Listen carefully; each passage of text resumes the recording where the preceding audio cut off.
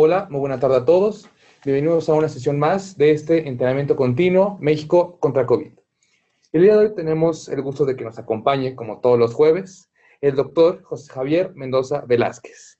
Él es médico psiquiatra por la UNAM, es especialista en gestión gubernamental, maestro en administración pública, maestro en ciencias. Él también es académico del Departamento de Psiquiatría y Salud Mental de la UNAM y actualmente es director de coordinación de estrategias nacionales en la Comisión Nacional contra las Adicciones, la CONADIC. Doctor Mendoza, qué gusto y qué honor que ahora esté del otro lado, aquí con nosotros. Le cedo los micrófonos para que inicie la sesión del día de hoy, doctor. Buenas tardes. Muchas gracias a todos por estar hoy aquí. Soy el doctor José Javier Mendoza, como bien mencionó Luis. Es un gusto estar nuevamente con toda esta comunidad del INSABI. Hoy vamos a hablar de un tema que de manera particular ha sido distinto para estos últimos años, independientemente de lo particular que es nuestro abordaje de la muerte en un país como el nuestro. Creo que requiere un par de situaciones específicas para poder entender. Somos un país culturalmente complejo y me voy a permitir compartir mi pantalla para ir hablando sobre algunas situaciones en específico de esto y vamos a ir tomando algunos tiempos. Digo, no creo que vale mucho la pena que entendamos que perder un ser querido, todos, digo, y ahí sí me incluyo, todos hemos perdido un ser querido durante estos últimos años. Unos más que otros. Hay gente que estos últimos años han sido una tragedia. Y yo creo que uno de los puntos ha sido esta particular tendencia cultural mexicana a ver la muerte. Cuando nosotros hablamos de la muerte, tenemos muchas ideas dentro de nuestra cabeza, ¿no?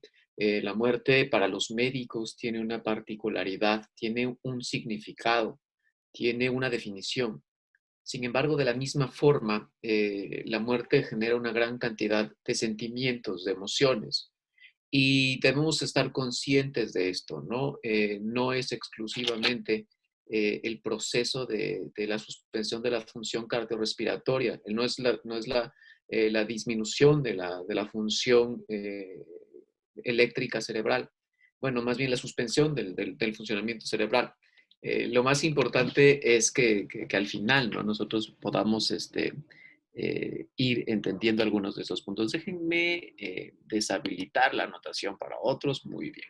Entonces vamos a hablar de algunas de estas situaciones y algunos de los puntos sobre cómo podemos abordar la pérdida cuando alguien cercano a nosotros ha perdido un ser querido, alguien de nuestra práctica clínica, amigos, gente cercana, y cómo lo podemos ir viendo. Pero de inicio, y la razón por la que tomamos este tema pues para estas fechas, es porque acabamos de pasar nuestra celebración, ¿no? La celebración de los muertos en México es una celebración porque seguimos vivos y podemos recordar a las personas que ya no están con nosotros. Y esto es una situación muy interesante, ¿no? En el proceso de generar un duelo, el duelo es precisamente eso, es algo que no es terminable, es algo con lo que aprendemos a vivir. No es una situación que un día deje de doler. Me decía alguna vez un paciente que si algún día, que si prepararnos para todas estas cosas iba a hacer que dolieran menos. Y no hacen que duelan menos, solo hace que aprendamos a vivir más rápido, sabiendo con qué nos tenemos que enfrentar, favoreciendo algunas cosas y pudiendo vivir nuevamente. Creo que a veces, en algunos momentos, nos cuesta trabajo entender cómo podemos vivir sin alguien a quien hemos querido en un punto muy como importante en nuestra vida, ¿no? Una situación importante para mí es entender que la muerte es algo con lo que tenemos que aprender a vivir. Nos cuesta mucho trabajo. Y lo digo como médico, como persona dedicada a la salud mental. La muerte es inevitable. Si nosotros intentamos pensar en nuestra vida, queremos vivirla porque un día vamos a morir y queremos llevarnos postales de todos los lugares a donde estamos, ver colores, sentir sabores, tener experiencias, porque un día no vamos a ser susceptibles de volverlo a sentir. Es inevitable morir. Es inevitable que al final del día todos vamos a transitar a un proceso trascendental que se llama muerte. Y todos los seres humanos somos mortales, aunque muchos preferimos ignorarlo. Nuestros procesos adaptativos nos hacen a veces no permitirnos entender todas estas situaciones. La muerte individual al final del día aparece en el mundo biológico al mismo tiempo que la reproducción sexual. Y esta es una situación muy particular. ¿Por qué la muerte humana es tan particular? En el proceso de la reproducción sexual, de manera muy particular, es importante que nosotros entendamos, ¿no? Que cuando alguien, particularmente en un proceso biológico normal, en el contexto reproductivo, deja de ser reproductivo, la naturaleza hace todo para que desaparezca. Y esto es una situación trágica, ¿no? O sea, empezamos a tener más factores de riesgo, nuestra mente empieza a dejar de funcionar correctamente, las mujeres tienen más riesgo cardiovascular una vez que entran a la menstruación, los hombres tenemos riesgo cardiovascular después de cierta edad. Creo que esto nos ayuda a entender muchas circunstancias para las cuales al final del día son contextos biológicos, pero nosotros somos más allá. Somos seres que le llamamos biopsicosociales, pero aún así somos más allá. También tenemos contexto de espiritualidad y en este contexto de espiritualidad es necesario conceptualizar la muerte. Si nosotros en este proceso entendemos, ¿no?, que al final del día somos más allá que el proceso de dejar descendencia, sino generar trascendencia, probablemente podamos ir creciendo en muchos de estos procesos y entender la muerte como un paso. Y en el proceso ir trabajando en construir propiamente esto que nosotros le llamamos trascendencia. Hay un texto muy interesante y creo que digo, del doctor Rui Pérez Tamayo, que tiene que ver sobre la muerte. Hay un proceso importante cuando nos enseñan a trabajar en los procesos existenciales y en general nos hacen como partícipes de esta idea de que nosotros tenemos que luchar contra la muerte. Para el médico particularmente, para la enfermería, para las médicas, para prácticamente para todas las áreas existenciales, psicología, trabajo social, preservar la salud, es nuestra principal importancia. Sin embargo, a veces la salud no es el proceso, a veces el alivio es el proceso.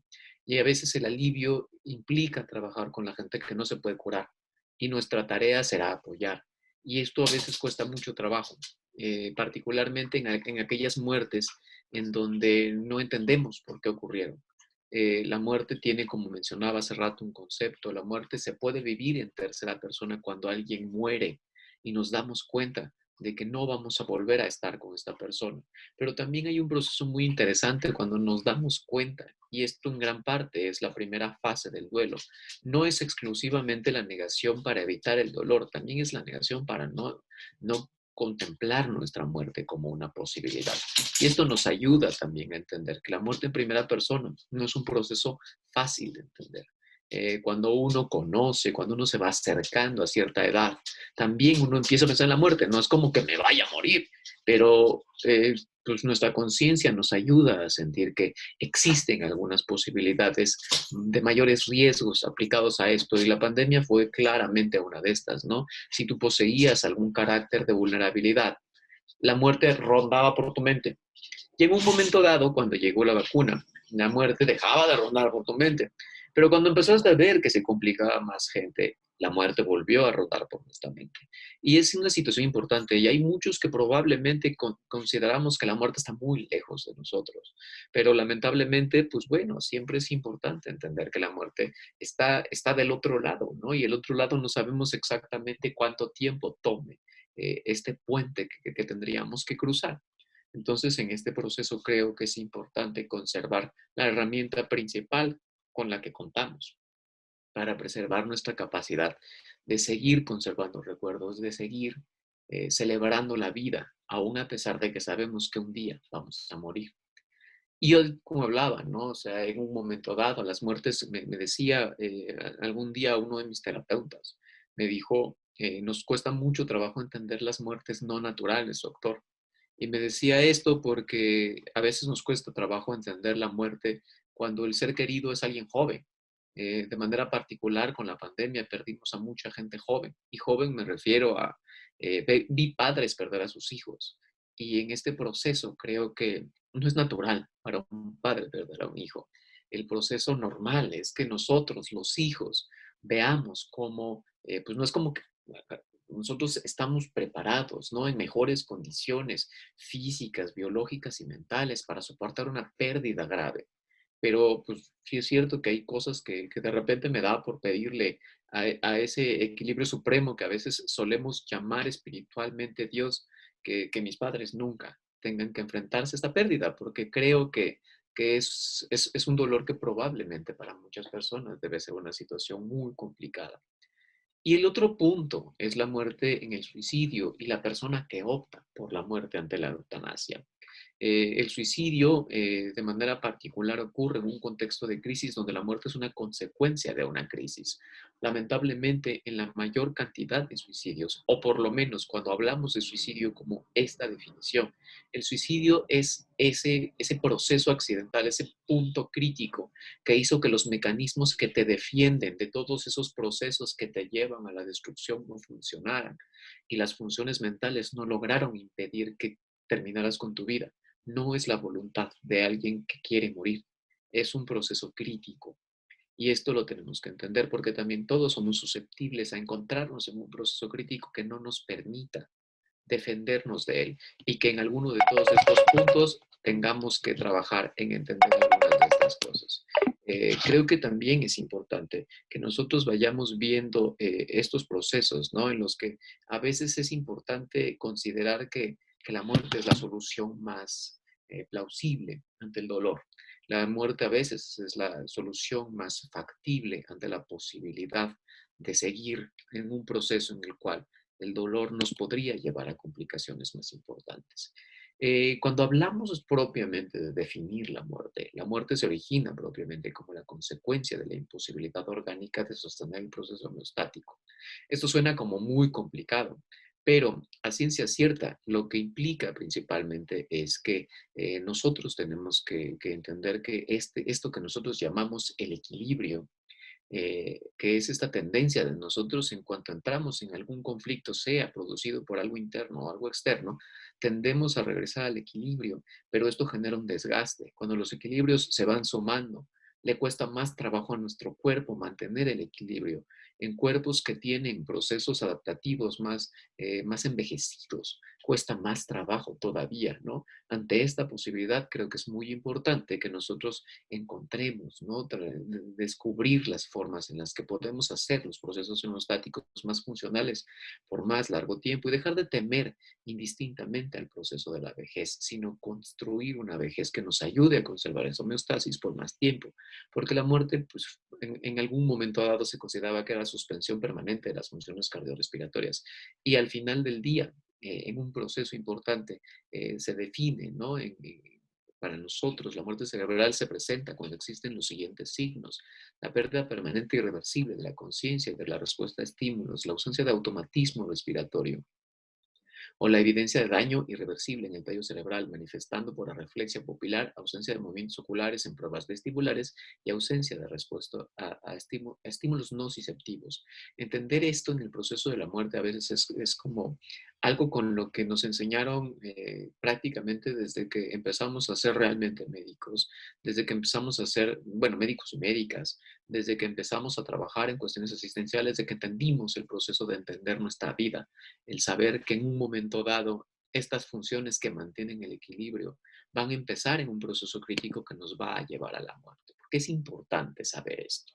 Es importante porque en muchas ocasiones nosotros estamos, no sé, ahorita les voy a leer una cita textual del texto del doctor Rupert Tamayo, pero bueno, es importante principalmente porque lejos de que nosotros nos convirtamos en los héroes que conservan la vida de las demás personas, lo más importante es conservar la dignidad de la vida en los procesos que a veces implican acercar fácilmente a la muerte y producir una muerte menos violenta, porque eso es lo que es prácticamente la eutanasia. Sabemos que la muerte va a llegar de una forma violenta. A veces ocurre también así en el suicidio cuando tiene explicaciones. Sin embargo, es importante sobre todo entender el proceso de reconstruir la dignidad de la vida.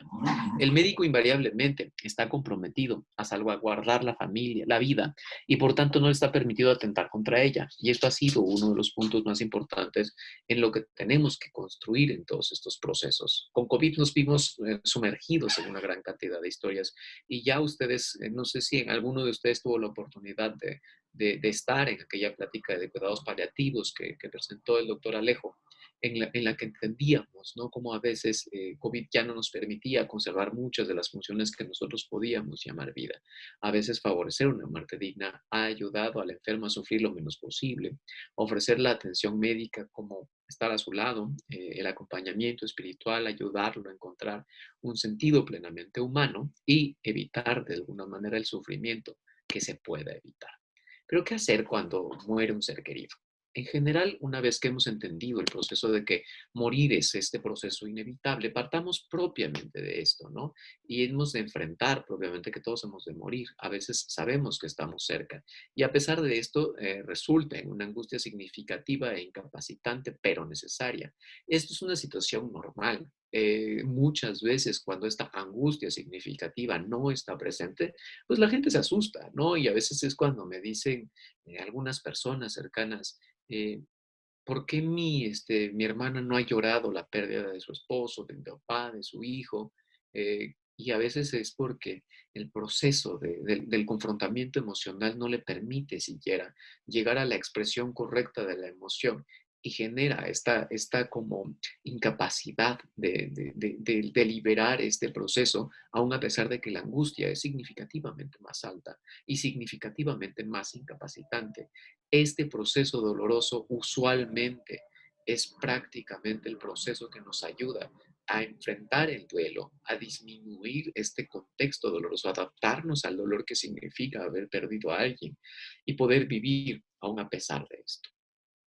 Creo que otro punto importante es, como les mencionaba, ¿no? En particular, estas emociones que nosotros vemos como negativas se convierten en procesos catárticos necesarios para una adaptación saludable y para transformar la experiencia de nosotros del duelo en una experiencia que lejos de dejar de doler nos va a permitir vivir nuevamente cargando el dolor de la pérdida. Y es importante que existan celebraciones. Y a mí me gusta llamar la celebración del Día de Nuestros Muertos como la celebración de sus vidas, como la celebración de su recuerdo, como la celebración de vivir nuevamente esos momentos en los que tuvimos la oportunidad de construir cosas juntos que viven dentro de nuestras ideas, que nos hacen soportar el hecho de que nos cuesta mucho trabajo enfrentar la pérdida que implica que ya no estén con nosotros. Duelo propiamente se considera este proceso, ¿no? O sea, normalmente cuando nosotros vivimos un duelo es normal que de repente no podamos hacer lo que hacíamos antes, ¿no? Y a veces seguimos con nuestra vida o intentamos seguir con nuestra vida, pero no podemos. No podemos funcionar y creo que es el tiempo más importante de entender que, que tenemos que ser un poco más amables con nosotros mismos en el momento en el que estamos sufriendo. De manera particular, en estos contextos, para mí creo que es importante entender que todos los que hemos vivido esta pandemia nos hemos enfrentado a diferentes duelos. En un momento nos enfrentamos a duelos, unos más graves que otros, con los cuales tuvimos que aprender a vivir o no, pero a los cuales reaccionamos, ¿no? O sea, estábamos enojados, no sabíamos por qué teníamos que mantenernos dentro de casa, no sabíamos por qué había quien no quería hacerlo, no sabíamos por qué, no sé, a mí me pasaba mucho con personas que fallecieron un mes antes, ¿no? De la vacunación. Y no porque, pues, pues así pasó, ¿no? O sea, no hubo la oportunidad del tiempo, no jugó a nuestro favor y de repente tuvimos que enfrentarnos a pérdidas que si hubieran tenido un mes más de una oportunidad, un mes más, probablemente seguiríamos en este mismo momento. Sin embargo, pues bueno, así funciona la muerte. La cultura, la muerte y la relación con la religión espiritual y la espiritualidad es muy importante. Y con esto voy más a la variabilidad de formas que tenemos para expresar nuestro duelo. A lo largo de la línea de la vida, nosotros también es importante que entendamos que va a ser muy distinto, pero particularmente cuando nos enfrentamos a personas, y no enfrentarnos a las personas, ¿no? Sino enfrentarnos a apoyar a personas que están atravesando un duelo. A mí me pasa mucho, ¿no? Que particularmente cuando son adultos mayores, más en nuestro contexto y quizás más en algunas culturas, hay quien ha dicho, ¿no? Que su muerto los visita en los sueños. Hay quien dice, ¿no? Ah, es que cuando ya lo sueño y ya sé que está muerto es porque ya entendí y ya pude enfrentarme a esto, ¿no? Y hay quien dice que lo ha visto, ¿no? Incluso hay quien dice que ve a la muerte, ¿no? O sea, aunque la muerte propiamente es una reacción, ¿no? O sea, la muerte no existe, pero en nuestra cultura tiene una representatividad que tiene que ver principalmente con esa ausencia de humanidad, ¿no? En todos estos procesos es importante que cuando trabajemos con alguien nos demos la oportunidad también de entender cómo su cultura afecta la forma en la que está enfrentando la muerte de su ser querido, cómo se acerca a los procesos religiosos o espirituales para poder entenderlos, si cree en algo, si cree en algo que va a estar más allá, si cree en algo, es importante para nosotros, porque al final del día una de las formas más importantes para enfrentarnos propiamente a nuestra adaptación es saber que va a haber un momento en el que vamos a poder vivir con esto.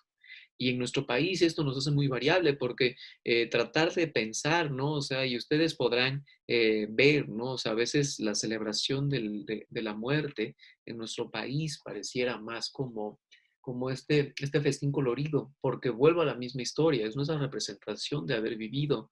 Y se decía, ¿no? Que en un momento dado para nuestro país, pues evidentemente era más importante que la Navidad, porque la Navidad no existía, ¿no? Nos la vinieron a inventar en el proceso de la dominación española, en el proceso de cuando la invasión de los españoles a la cultura mexicana y para tratar de adaptarla al proceso católico, se dice, ¿no? Que la empataron, ¿no? Una celebración que duraba meses a los 2 días que hoy nos permiten celebrar esto, ¿no? Y a lo largo de esto se convierte, ¿no? En la fiesta de todos los santos y de los fieles difuntos, que sí existían en el calendario católico original.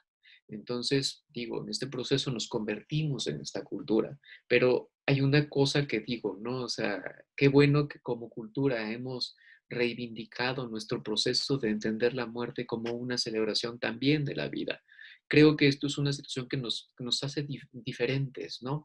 A este mundo en el que vivimos, ¿no? No todas las culturas viven la muerte con este proceso, pues no puedo decir que es carente de solemnidad porque es muy solemne, pero como todo en México, ¿no? O sea, es festivo. Y es como cuando me ha tocado, ¿no? En estos puntos, ¿no? O sea, yo soy oaxaqueño y cuando moría una mujer de Juchitán decía, ¿no? Que cuando ella se muriera quería que todos se pusieran ebrios, ¿no? Pero que se divirtieran, ¿no? Porque culturalmente a veces queremos también que cuando uno muera los demás tengan la oportunidad de seguir viviendo. Sin embargo, igualmente es importante darnos la oportunidad de hablar de la muerte y de los muertos con las personas y explorar estos puntos, ¿no? O sea, cuando normalmente estábamos abordando la muerte de alguien, creo que hay un punto muy importante que es construir el proceso integral de la persona que falleció.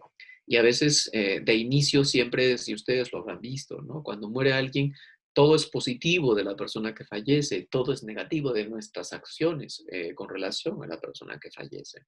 Y es importante que nosotros vayamos enfrentando a esto, ¿no? Porque esto nos puede de alguna manera ayudar a todo el proceso que tiene que ver con la salud, el bienestar, particularmente en la edad adulta mayor. Hay que hablar no solo de la muerte, sino de cómo se entiende la muerte. En el proceso que me gustaría que viéramos, y esto es un punto que ya hemos tratado cuando hablamos del MHGAP. El MHGAP es esta estrategia que hemos utilizado de la Organización Mundial, de la Organización Panamericana para la Salud, que es la que la trae en español, la Organización Mundial para la Salud, que en este punto, en la parte del MHGAP humanitario, nos ayuda a entender algunos puntos relacionados con el duelo. Sin embargo, para nosotros, en el contexto mexicano, decidimos hacer algunas cosas importantes. Cuando sospechamos de un duelo, a veces la persona ha ido padeciendo el duelo a lo largo de varios meses, quizás a veces años, y creo que es importante de repente plantearnos esta pregunta, ¿no? ¿Ha sufrido la persona una pérdida importante últimamente? De manera particular me voy a centrar en las personas que han perdido un ser querido. Cuando la persona de alguna manera, no sé, se da cuenta, ¿no?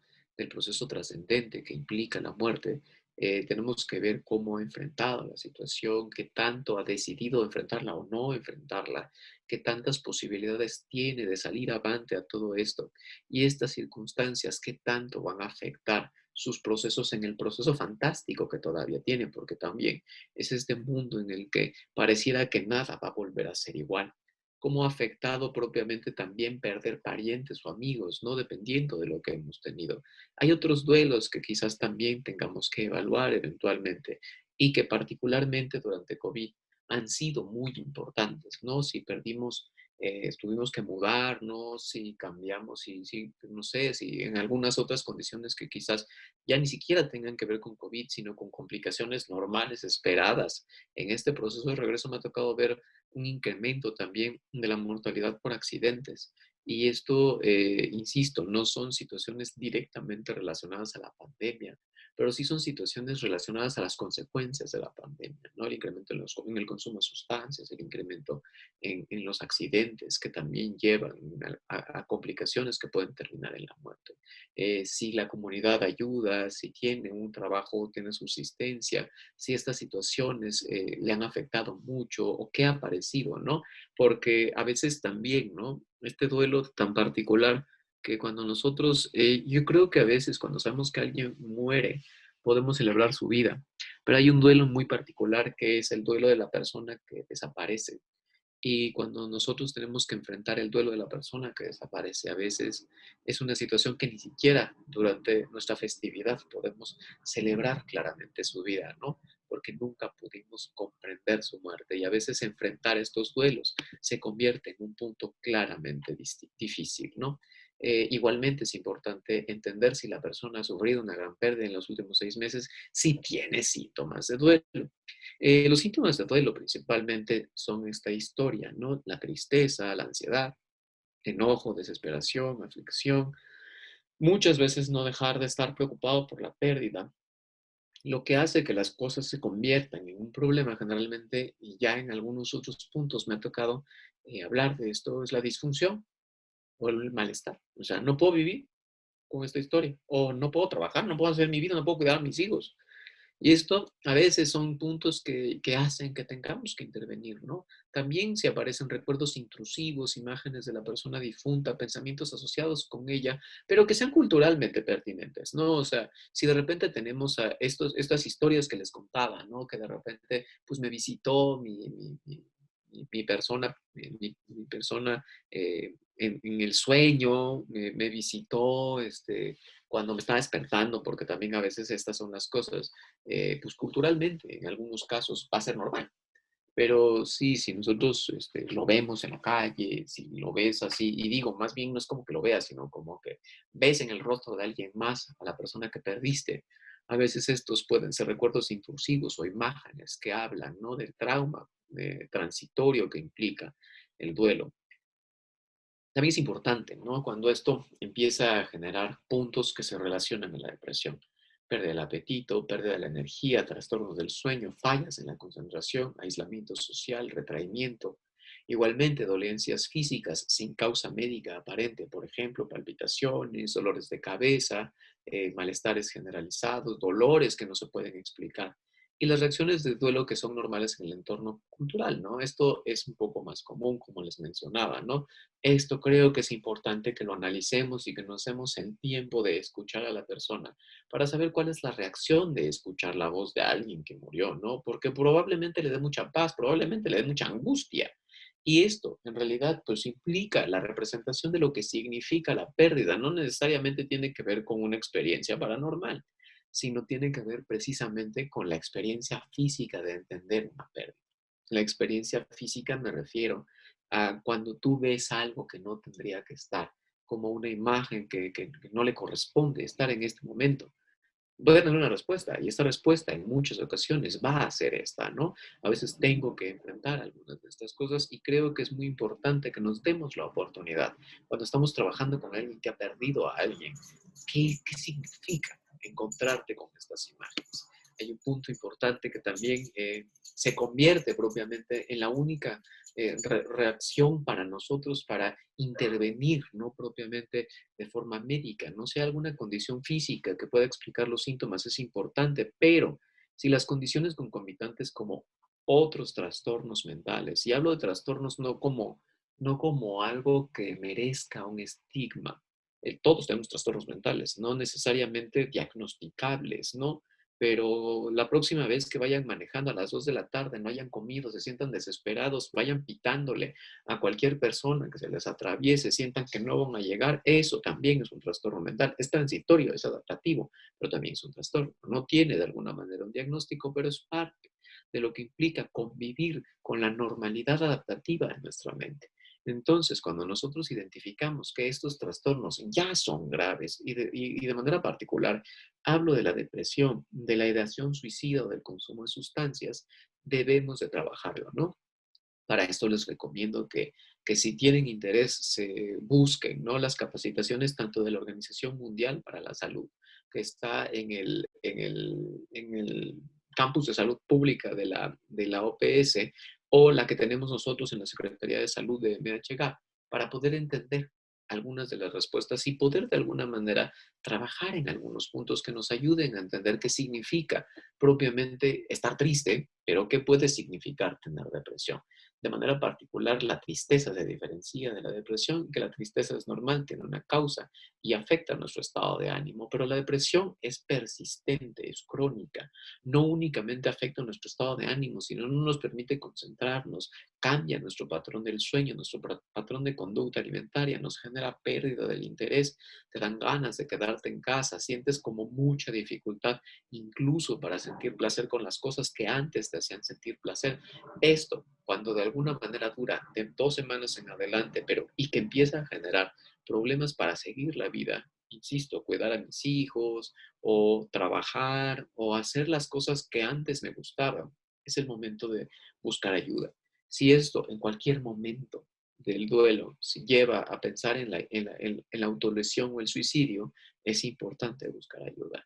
Y también en el contexto del consumo de sustancias. A veces culturalmente también creo que vale la pena considerar ciertas cosas. El alcohol, de manera particular en nuestro país, culturalmente, es como, no sé cómo decirlo, pero es contemplado, ¿no? Como una especie de amortiguador catártico, ¿no? O sea, sé que voy a sufrir, entonces me echo unas copas, ¿no? El problema es que esto no permite el proceso adaptativo normal, de hecho interfiere con el proceso adaptativo normal y es más probable que las personas que consuman alcohol o incluso, ¿no? También medicamentos para el control de la ansiedad como las benzodiazepinas. Esto hace que no se solucione el duelo, ¿no? Que no encontremos propiamente esto y favorece la aparición de síntomas de estrés postraumático. Un punto importante dentro de lo que nosotros tenemos que hacer. Primero es no dar medicamentos, sino acompañar. Y acompañar es una situación importante.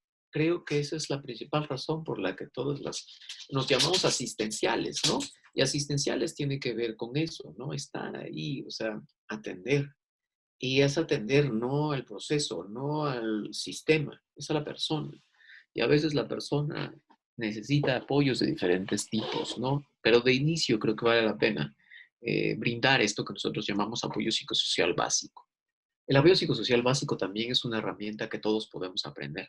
Escuchar, simplemente, a veces me preguntaba la gente, pero es que no quiere hablar, ¿no? Pues no, dile que vas a estar ahí. A veces me pasa, ¿no? O sea, me dicen las personas que están cerca o que están viviendo duelos, dice, pero es que no quiere comunicarse con nadie. Acércate, manteniendo una distancia racional, insisto, no es como que no rompas, no invadas su espacio, y a menos que la persona te lo pida, ¿no? O sea, si la persona llega y te abraza, pues sí, no te quites, ¿no? Pero tú no lo propongas, no dale el tiempo, porque también el abrazo es una expresión emocional.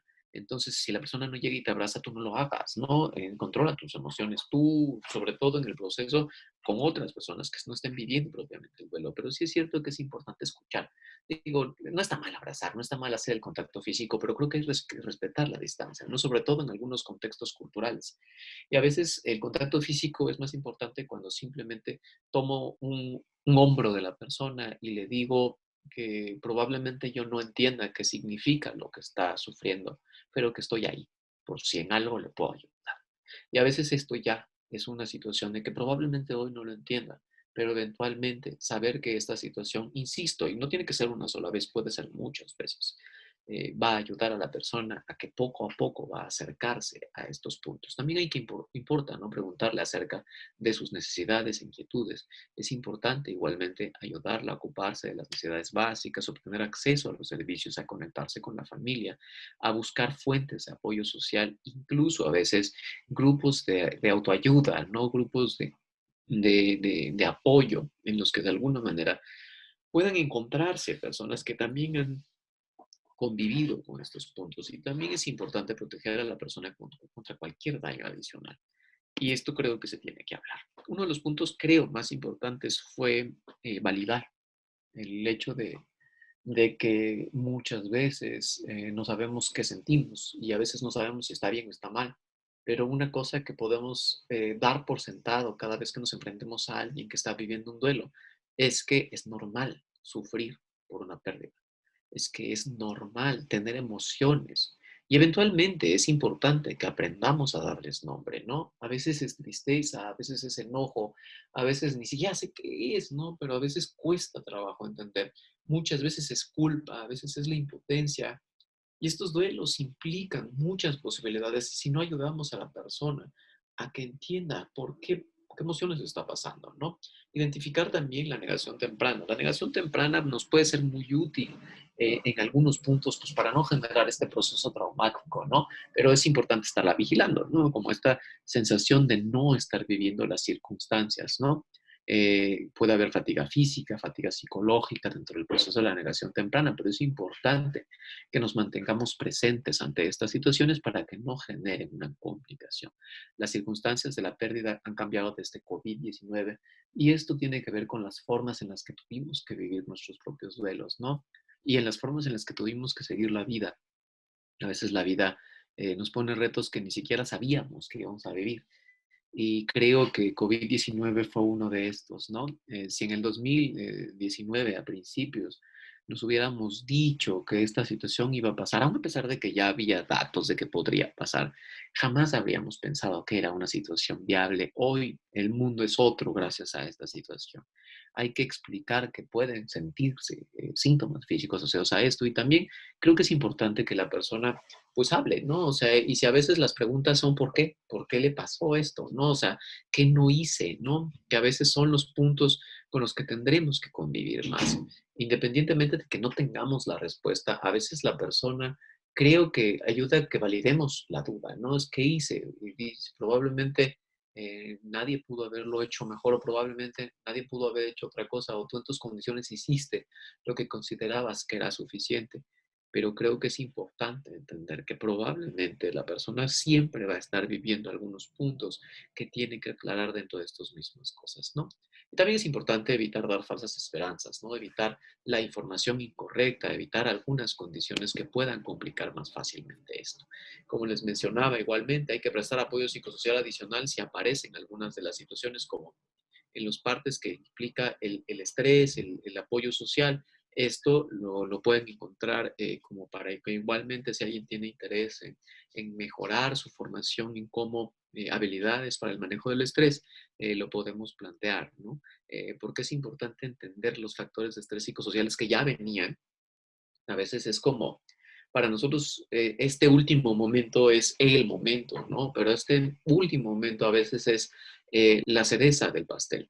Y cuando nosotros no contemplamos los procesos de estrés psicosocial previo, probablemente estos procesos de estrés psicosocial previo hacen que se complique más fácilmente un duelo, ¿no? Igualmente hay que reforzar el apoyo social y hay que ayudar a la persona a aprender técnicas para el manejo del estrés.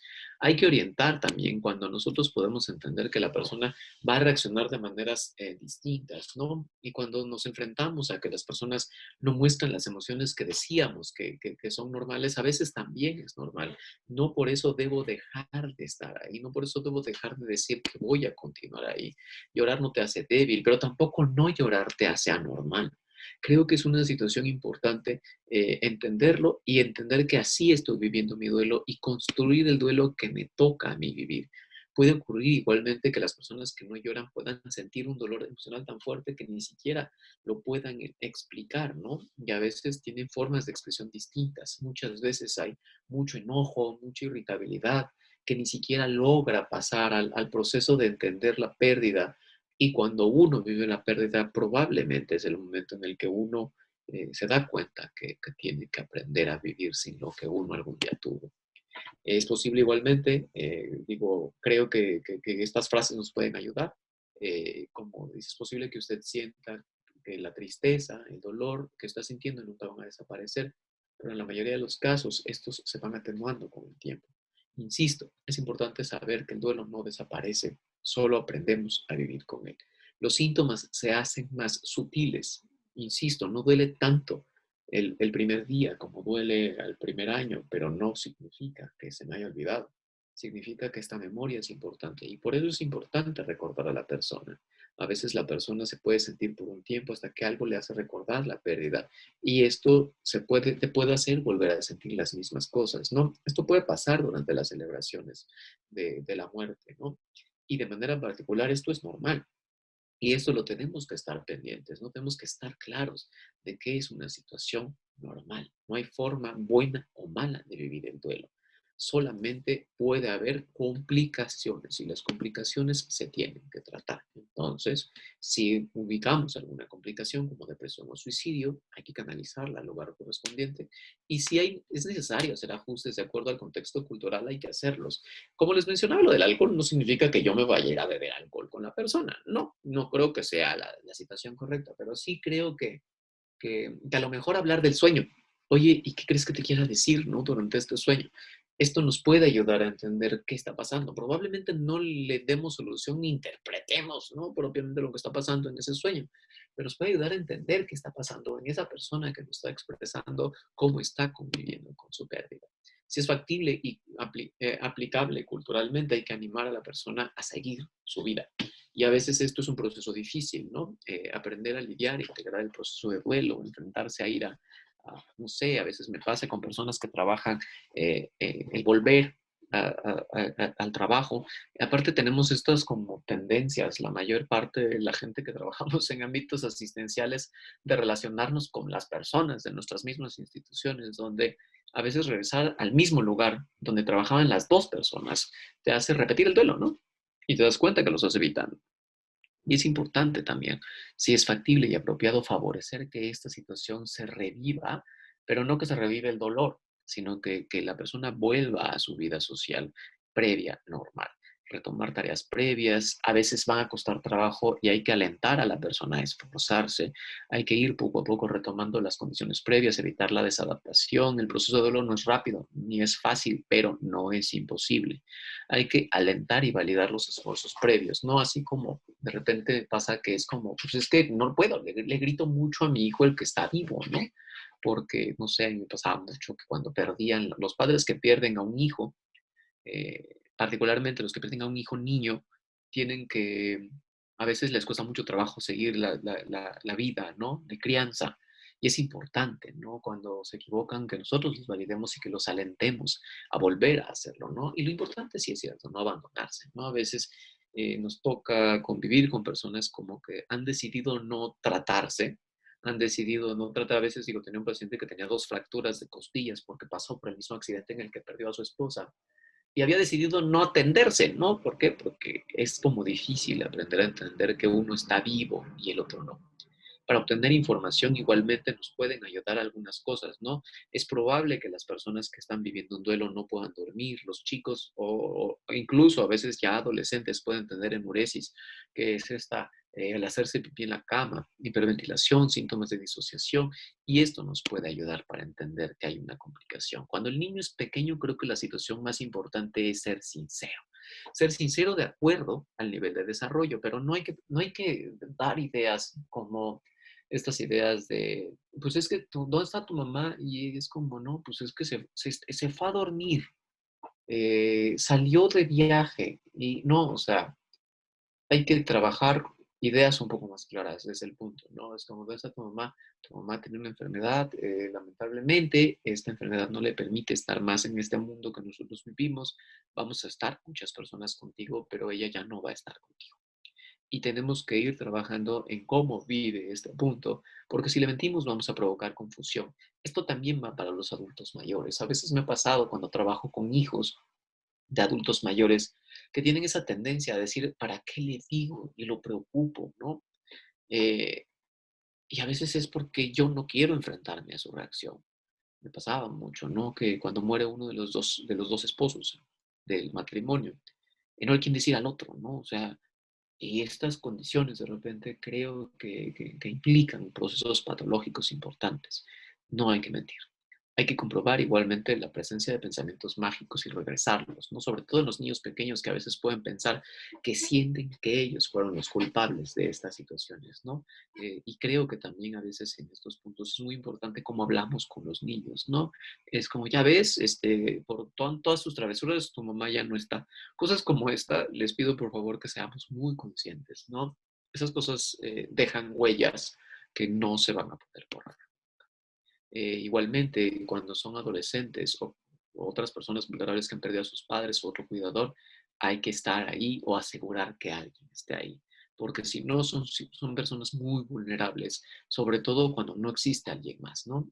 Creo que es importante que pongamos en contacto con las redes de protección fiables que nos puedan ayudar a continuar todo este proceso. Si sospechamos igualmente esto que llamamos trastorno por duelo prolongado, hay que canalizar a un especialista. Con los adolescentes, como les mencionaba, también es importante acompañar.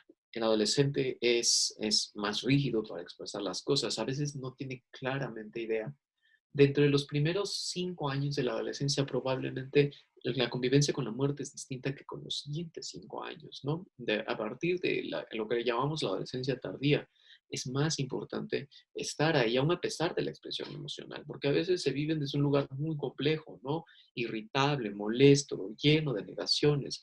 Y en este proceso creo que es importante que mantengamos este proceso que evite el enojo o que exprese el enojo, que evite el aislamiento, pero no decir, a ver, dime que estás enojado. No, creo que es más importante es, yo estoy aquí, yo estoy aquí, yo estoy aquí, yo estoy aquí, las veces que sean necesarias.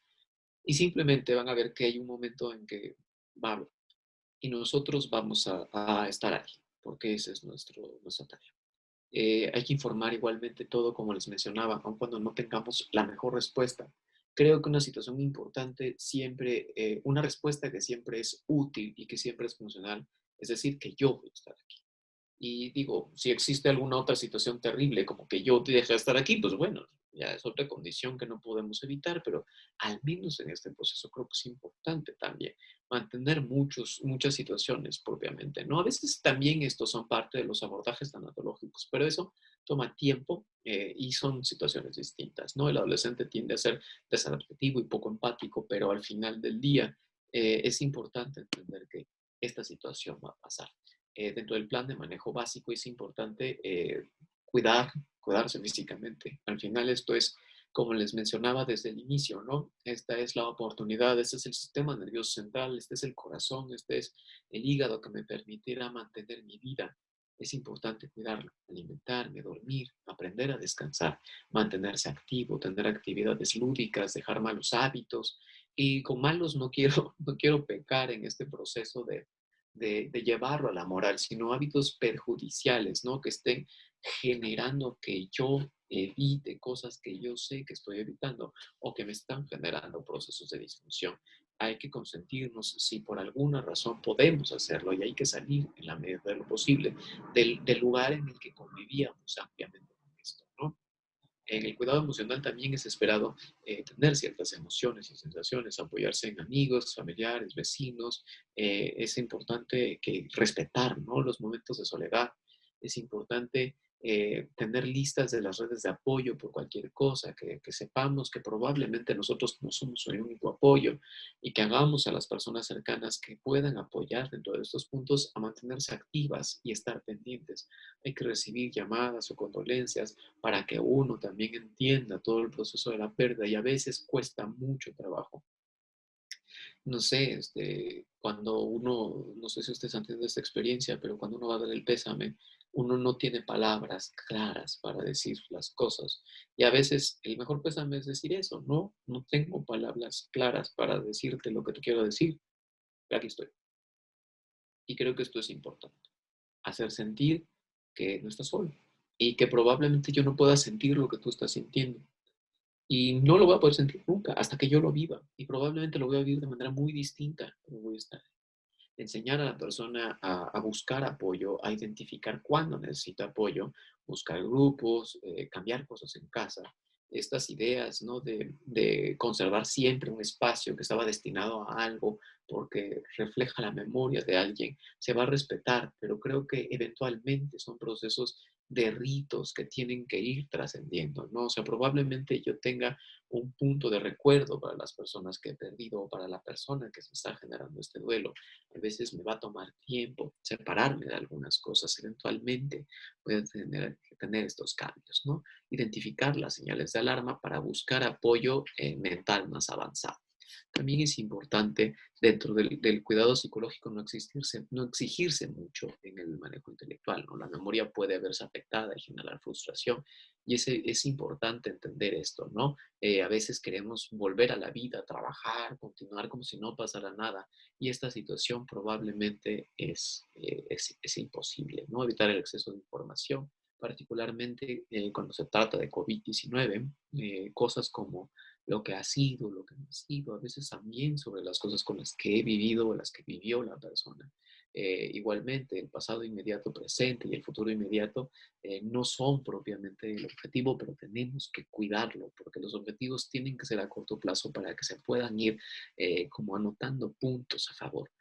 No tomar decisiones permanentes con emociones temporales, o sea, hay que evitar que la temporalidad implique que tome una decisión que pueda traer consecuencias. Y como mencionaba, no necesito deshacerme inmediatamente de las cosas, ya llegará el momento. Pero igualmente también puedo buscar algunos eh, libros que me puedan ayudar a las personas a ir entendiendo algunas de estas cosas. A veces funciona estos ejercicios y estos ejemplos como que no decir, ¿no? Y yo creo que no decir son cosas como que creo que vale la pena y son cosas que son lógicas, ¿no? Ya no estés triste, pues ¿cómo voy a estar? ¿No? Las cosas pasan por algo. Pues explícame por qué pasan, ¿no?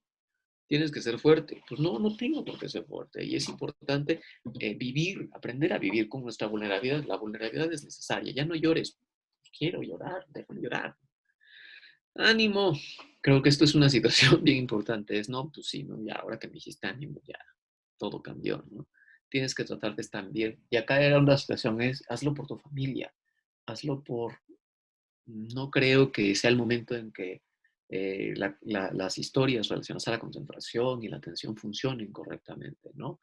Sal, distráete, donde yo salga en un proceso probablemente para distraerme, no necesite distraerme, necesite continuar mi vida. La vida sigue, sí, lamentablemente a veces así es. Y en estos puntos tenemos que aprender a convivir con estas historias, pero esto no quita el dolor. Resígnate, así es la vida. Yo creo que uno de los puntos que dejan un poco más claro todos estos ejemplos es que a veces basamos mucho de estos elementos de lo que nosotros decimos como experiencias morales previas, ¿no? Y yo creo que hay que respetar. A veces es como pronta resignación, pues, no sé si sea pronta, pero yo creo que es más importante estar con la persona, entender todas estas cosas más que pedir algo que no sé si va a pasar. Así lo quiso Dios, creo que todo, si por alguna razón la persona nos dice esto lo vamos a respetar, pero nosotros no somos quienes lo vamos a decir. Ya no pienses en eso, ya estaba muy enfermo, ya no está sufriendo, esto va a pasar pronto, aún eres joven, puedes seguir con tu vida, estando triste solamente te lastimas o no lo dejas descansar, todavía generamos más culpa. Y por supuesto, ¿no? Échale ganas.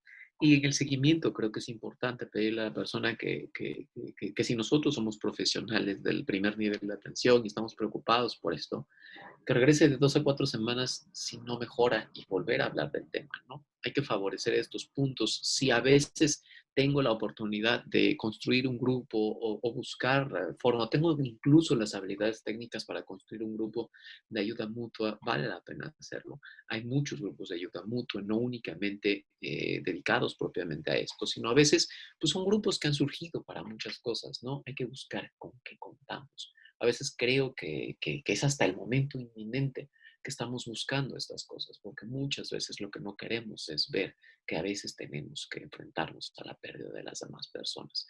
Las intervenciones psicosociales, no farmacológicas, psicosociales, tenemos que trabajar en la recuperación de la vida. Creo que la palabra propiamente es recuperación. Recuperación implica que mi cuerpo probablemente no va a ser el mismo como en una cirugía, pero voy a regresar a un proceso de normalidad. Voy a regresar a volver a alcanzar un equilibrio en un nuevo momento. Y esto es algo que está pasando también con COVID-19. Cuando hablábamos de nueva normalidad, pues a mí que me expliquen propiamente qué es normal en este momento, ¿no? Porque yo no veo nada normal. De repente me es anormal ver a tanta gente en la calle, de repente me es anormal ver el tráfico, de repente me es anormal, no sé, hay muchas cosas que todavía sigo viendo normales, pero no significa que esto esté mal, ¿no? O sea, estamos enfrentándonos a construir la realidad, cómo tenemos que adaptarnos a ella y generaremos un equilibrio que no se parece o que no es igual al que normalmente sentíamos antes. Y pues aquí voy a dejar de compartir mi presentación y quedo ante ustedes por si alguien tuviera alguna situación que quisiera compartir o si el mismísimo Insabi tuviera alguna pregunta que haya visto que ya está dentro del proceso. Buenas tardes, doctor. Por Buenas lo tardes. pronto, tenemos un comentario de la licenciada María Eugenia Mares García. Dice, buenas tardes, es muy difícil, cada uno vive el duelo de diferente manera, pero no podemos dejar de vivir con ese dolor. Definitivamente, y creo que es una observación muy importante y es algo que tenemos que ver los que nos dedicamos a esto y nosotros como personas. El duelo no es como que, no es opcional. Como decía alguien, el duelo es como la consecuencia de haber amado. Y yo creo que privarte de haber amado a alguien para no sentir dolor es una situación que no merece la pena en la vida. Hay una manita levantada. José Francisco, Sí, buenas Francisco. tardes. dígame. Buenas tardes a todos y todas. Solo una preguntita con respecto al tema muy interesante todo. Muchas felicitaciones por la ponencia. Pero, ¿qué sucede en este caso, autor, cuando podríamos decir que podríamos tener un duelo anticipado, cuando un familiar tiene un pronóstico eh, pues malo, por ejemplo, un cáncer terminal, y pues toda la familia pues aún no se prepara para dicho duelo? ¿Cómo podríamos abordar en este caso, pues las circunstancias en las que se verán pues ya determinadas por el tiempo? Muchas Bien, gracias. muchas gracias por tu pregunta, que me parece sumamente importante. Cuando hablábamos hace un rato, hablábamos de muchos procesos, ¿no? Pero a veces el abordaje de la normalidad en el proceso de entender que la muerte es probablemente el paso siguiente, tiene que ver con ir trabajando en estos puntos, ¿no? Igualmente me acuerdo que uno de mis pacientes estaba conviviendo propiamente con una enfermedad crónica terminal de su esposa, ¿no? Y me preguntaba, ¿no? Propiamente, eh, ¿qué podía hacer para poder seguir viviendo con esto, ¿no? Y yo creo que uno de los puntos más importantes es entender de inicio que la muerte es una posibilidad. Creo que es importante hablar de esto. De manera particular, sobre todo en las personas jóvenes que van a continuar la vida, no en adolescentes probablemente, no propiamente quizás en adultos de edad muy avanzada, o en personas que culturalmente tengan como procesos muy difíciles, ¿no? A la hora de enfrentar la muerte y que la parte de enfrentarse a la muerte implicaría un gran cambio cultural. Creo que es una situación muy importante, ¿no? Creo que vale mucho la pena que se hable de la muerte, particularmente con las personas que son muy cercanas y que van a continuar viviendo todos estos puntos. Eventualmente son cosas que no deben terminar. en el momento de que la persona fallece. Debemos de seguirlas incluso después, porque a veces este proceso es la situación más compleja, ¿no? Cuando el nivel de riesgo de que la persona fallezca es importante, tenemos que ir diciéndolo de manera pronta, ¿no? Y quizás vale la pena, sobre todo en cuidadores primarios, en personas cercanas a la persona que podría fallecer, empezar a hablar de esto. Es posible que, no sé, su mamá, su papá, su hijo no pueda continuar, ¿no? Después de esta cirugía. Es posible que este cáncer, ¿no? No tenga las opciones terapéuticas que nosotros quisiéramos, y es posible que la muerte sea el desenlace a un lapso no muy largo. Entonces, vamos a trabajar sobre estos puntos porque como mencionaba, ¿no? A veces el proceso es el tratar de hacer que la vida sea, así sea un día, sea mejor. A veces a mí me tocaba, ¿no? En este proceso de trabajar en los hospitales, ¿no? Que cuando trabajabas con pacientes, con ellos mismos, el hecho de haberles hecho ese día mejor, te hacía a ti vivir mejor la pérdida.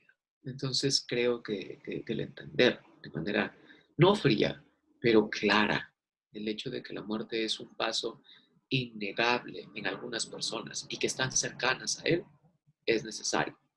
Creo que es importante, creo que a veces, sobre todo cuando somos familiares, es importante romper un poquito con la negación. Y en el proceso de negación, pues bueno, a menos que sea muy necesaria para algo, o sea, no sé, en algunas personas que tienen vulnerabilidades importantes, la negación en las personas alrededor, cuando todavía existen posibilidad de tomar decisiones, no es una buena consejera. Entonces, creo que sí vale la pena, como mencionábamos hace un poquito, que empecemos a hablar del tema de manera discreta, entender. Es importante que nos demos la oportunidad de hablar de esto y que podamos ir ampliando esta información poco a poco conforme sea posible. Muchas gracias, José Francisco. ¿Tenemos más preguntas? Sí, doctor, varias. Pregunta Uciel Hernández, ¿qué tanto ha afectado a los que pierden un familiar debido a COVID y que no se pueden despedir del cuerpo? Fíjate que eso es como la misma historia, digo, a veces se organizaban historias para que las personas pudieran despedirse. No sé si tuvieron la oportunidad de ver que se diseñaron esto que le llamábamos como, eran unas cajas de plástico para poder permitir, ¿no? Te daban un par de minutos de ver el cuerpo para que pudieras tener esa imagen, ¿no? Y a veces eso era la única oportunidad que tenías de despedirlo. Lo que nosotros recomendábamos era de que independientemente de que encontraras un féretro o cenizas, porque eventualmente ya se vio que podías emplayar el féretro y permitirle a la persona cerrar su duelo, eh, no, es necesario hacer el rito. Es necesario hacer el rito de la transición, y se alienta a la persona a hacer el rito de la transición. Efectivamente, COVID vino a cambiar todas nuestras, pues no nuestras expectativas, pero sí nuestras historias, ¿no? Yo de manera particular no esperaba perder gente cercana, ¿no? O sea, y en este momento de repente nos vemos enfrentando a cosas que probablemente, no sé, tuvimos que vivir, ¿no? Y quizás hoy seamos afortunados de haber vivido muchas cosas, ¿no? Muchas cosas con estas personas. Y es importante rendirles rito a esto, ¿no? Es hacer el ritual de celebrar la vida de las personas. Hay un punto que independientemente de COVID, porque también me parece muy importante, tiene que ver con el suicidio. Nada, nada implica que dejemos de celebrar la vida que tuvimos con las personas. La persona que se suicida no lo hace porque esté en su conciencia. Es un proceso crítico, es una emergencia que no logramos detener. Las personas que toman la decisión de quitarse la vida es porque no estaban en el mejor momento de su vida. Entonces, el resto de la vida hay que celebrarlo. No por este momento, hay que dejar de celebrar este punto importante, ¿no? Y en este caso, de manera específica, no es importante celebrar la vida de las personas que hemos perdido, cualquiera que sea la causa. Gracias, doctor. Otra pregunta. Nos dicen que sí, ¿qué podemos hacer ante un duelo crónico? Yo creo que hay que entender propiamente sobre el proceso del duelo crónico. el proceso de la complicación. El duelo es crónico, o sea, es normal que sea crónico, o sea, en orden del tiempo, o sea, nos toma tiempo enfrentar el duelo y esto puede durar años. Y yo he visto, ¿no? Personas que les toma muchos años y de repente empiezan a vivir y a veces, pues, no. O sea, se enfrentan a esto que están llamando duelos crónicos, ¿no? Y cambian su vida. Si encontraron el equilibrio nuevamente, probablemente no es necesario hacer nada, ¿no?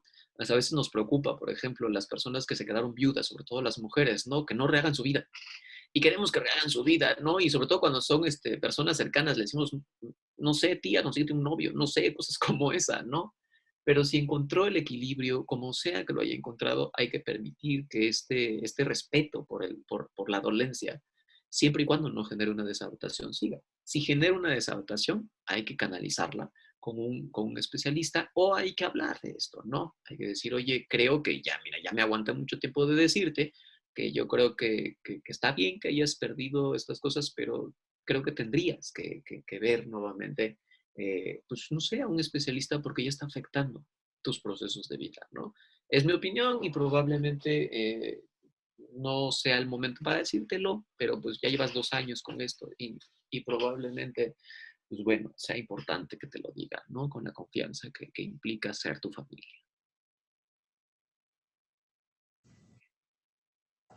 Gracias, doctor. Aquí tenemos otro comentario de Francisco Caravana Ocampo. Vivir un duelo en cualquier momento de la vida es complicado. Lo importante es tratar de sobrellevar y seguir adelante, que la vida no se detiene a esperar. Y muchas veces hasta podemos lograr los objetivos de los que ya no están aquí. Sí, creo que lo más importante es eso, ¿no? Entender que las personas trascienden a través de nosotros. Y esto es importante. O sea, a veces, no sé, a mí me pasa mucho cuando pierdes a alguien y te encuentras a ti mismo diciendo la frase que decía, la palabra que decía, el chiste que contaba, la historia que contaba. Y eso es lo que hace que nosotros vivamos nuevamente estas historias que probablemente en algún momento se quedaron ahí. Algunos objetivos que probablemente a nosotros nos tocará cumplir. Y esto es importante. Muchas gracias. Sí, doctor. Aquí hay otra pregunta. ¿Qué hacer o atender cuando una persona comienza a consumir drogas o alcohol debido al tema del duelo? Yo creo que Es esto decir, ¿a qué le podemos dar prioridad? es importantísimo. Hay que trabajar en esto. O sea, el consumo de sustancias durante el duelo siempre trae complicaciones, sobre todo cuando es una situación perjudicial. O sea, si de repente un día, 2 días, no sé, se la pasó así como medio triste y consumiendo alcohol o incluso no fumando algo, no sé, no algo, ¿no? Creo que a veces cannabis es una posibilidad con la que es muy común que tengamos que enfrentar. Pues no me preocuparía tanto si es adaptativo, pero cuando la situación ya es crónica o cuando ya está generando, no sé, irritabilidad, molestias o cambios en el patrón de vida, pérdida del autocuidado, dificultades para conservar el sueño o algún otro proceso normal, creo que es importante darle importancia al consumo de sustancias. Es importantísimo. Y pues bueno, en este caso, a veces simplemente, pues no sé, yo creo que lo más importante es preguntar. O sea, es decir, voy a buscar a un profesional, le voy a preguntar. Y a veces, una vez que le pregunte, pues probablemente pueda yo tener una claridad más importante de si está pasando o no por un proceso agudo que necesite intervención. También nos preguntan, doctor, que si qué recomienda cuando el profesional de salud está atravesando un proceso de duelo y se expone a casos de duelo. A veces quisiera decir que, o sea, cuando decimos que el personal de salud somos los peores pacientes, cada día creo que estamos más conscientes de esto. Hemos aprendido a negar muchas de nuestras emociones. No significa que esté bien, pero nos permite vivir. Creo que en algunos de estos procesos, particularmente los que nos dedicamos a trabajar con duelos, convertimos muchos de los objetivos del trabajo en la asistencia del duelo propiamente en objetivos pues, prácticos, ¿no? Fáciles de entender, o propiamente en objetivos y no en elementos subjetivos, ¿no? Y este proceso toma a veces por sorpresa, como nosotros creemos que nos podemos igualmente entender a nosotros mismos en este punto, ¿no? yo creo que particularmente aquella persona que trabaje con duelos debe estar en atención continua. Y yo creo que no únicamente los que nos dedicamos a la salud mental, sino las personas que trabajan, no sé, en algunas especialidades, hematología, oncología, la unidad de cuidados intensivos, nosotros que trabajamos en gran parte con ideaciones suicidas, tenemos que estar en constante cuidado de nosotros mismos. Creo que independientemente de esto, hay que promover que la persona igualmente, si no está en las condiciones correctas para continuar su trabajo, aún a pesar de que dar una pequeña variación, ¿no? O sea, a veces es importante, no sé, promover la academia, trabajar en algún área de un contexto administrativo de forma temporal, no sé. Creo que es importante darse tiempos cuando mi cuerpo me está pidiendo tiempos. Si no, si puedo seguir siendo objetivo y a veces, para algunas de las personas que conozco, sus pérdidas han sido el motor para trabajar en la pérdida de otras personas. Y van resolviendo algunas de estas cosas poco a poco, ¿no? Lo cual no implica que esté bien. Si no hay supervisión, creo que puede generar un daño permanente, pero creo que sí es importante que tengamos una visión objetiva detrás de todo esto que nos ayude a enfrentar al profesional a este proceso cuando exista la posibilidad de que haya alguna especie de consecuencia. Muchas gracias, doctor. Lo demás son muchos comentarios de excelente conferencia. Gracias, gracias por un tema tan necesario. Felicidades al ponente, excelente tema, más temas y días de salud mental. Muchas gracias. A mí en lo personal me sirvió mucho el tema, ya que perdí a mi mamá. Esta conferencia me ayudará para poder ayudar a mis familiares en la pérdida y por la pérdida de alguna persona. Gracias por compartir esta información. Que sean más temas de estos, son muy importantes. Felicidades. Hay un punto que me pareció muy importante ahorita que vi y tiene que ver con la pérdida de un hijo. Cómo no afectar a los otros. Creo que esto es una situación muy importante que a veces cuesta mucho trabajo, ¿no? Particularmente cuando estamos trabajando, por ejemplo, con personas con depresión, una de las cosas más difíciles tiene que ver con esto, ¿no? Primero, cuando yo sienta que no estoy pudiendo cubrir estas situaciones, debo considerarlo un proceso probablemente de disfunción y conseguir ayuda. La ayuda puede ser psicológica porque, insisto, el proceso de duelo es normal.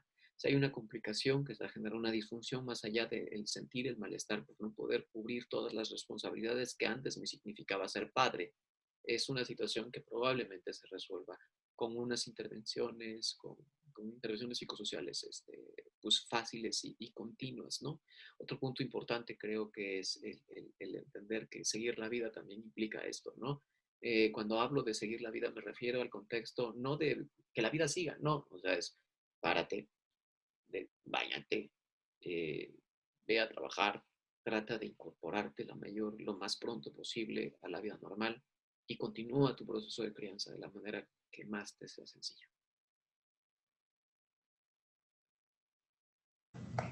Gracias, doctor. Otros comentarios son muy buen tema. Siempre hay que priorizar la salud mental ante todo. Y felicidades y gracias por este tema, por las pérdidas que hemos tenido en la época de la pandemia. Felicidades, doctor Mendoza. Y pues ya como comentario final, las capacitaciones de MHGAP están disponibles en el campus de salud pública de la Organización Mundial para la Salud, en la Organización Panamericana para la Salud. Están disponibles para todos. También ese es el MHGAP humanitario que ustedes podrán poner así y ahí va a venir. También tenemos la capacitación desde la Secretaría de Salud. Igualmente, para esta situación les voy a compartir el proceso con el cual particularmente los que nos dediquemos a la atención podemos entrar a la parte de la Secretaría de Salud, porque lo que implica para nosotros los servidores de salud para trabajar en esto requiere particular abordaje, ¿no? Entonces, igual compartiré con el INSABI, estamos en un proceso, ¿no? Porque queremos trabajar con el INSABI para que el INSABI igualmente se incorpore para trabajar en estos mismos puntos, ¿no? Y que sepamos, ¿no? Que la salud mental es parte integral de la salud. Gracias, doctor. Nosotros estamos muy felices de que usted esté trabajando con nosotros y ya vio que toda la gente está muy feliz con su participación. Bueno, creo que eso sería todo por la conferencia de hoy. Muchas gracias, doctor.